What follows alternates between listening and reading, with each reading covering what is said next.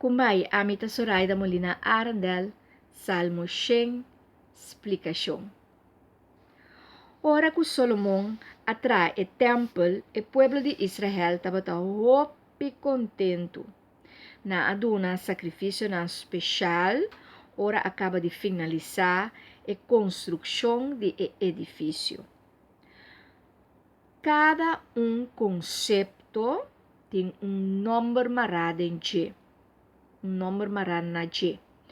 E hopi viaja, por exemplo, nós estamos em construção de edifício, pero tem linguagem espiritual, e tahanha, por exemplo, nós estamos casa de Deus, ou nós temos templo, nós temos snowa, missa, depende de qual moveção nós está. Anto, assim é o conceito tem número marana che, pero tem bianos que é mesmo coisa. Então, tá pensando que é bom para nós por escutar outro, para nós por compreender outro de que nós está papia. Pois, ora que acaba de trazer o templo, esse pois é a casa de Deus na Jerusalém, abine momento para dar a Deus glória. Nós está a alabar Deus para diferentes motivos, pero nesse salmo aqui está a alabar Deus para duas coisas. Deus é criador de gente do mundo, Deus a cria, Ele cria nós está de G, e nós está servir. Ele cria pueblo, e está cuida nós, que Deus está protetor, e está nos rei e nos guardador.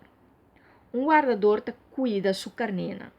Pues nos está alabar Dios por dos cosas aquí. En primer lugar, como creador. Eta creador, Él crea. Ando na de dos lugar, eta guardador.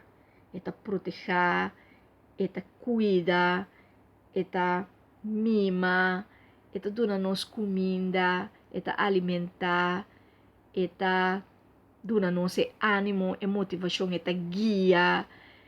E tudo coisa que o guardador está assim. Com nós dentro de sua presença, com canto e alabança e agradecimento. Deus está bom e seu amor está para sempre.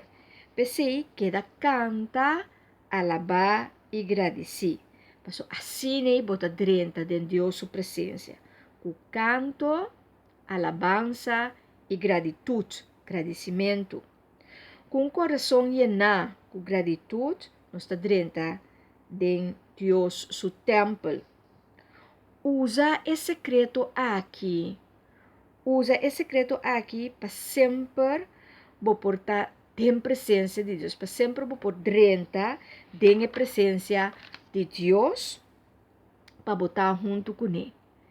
Canta, alabar e agradecer.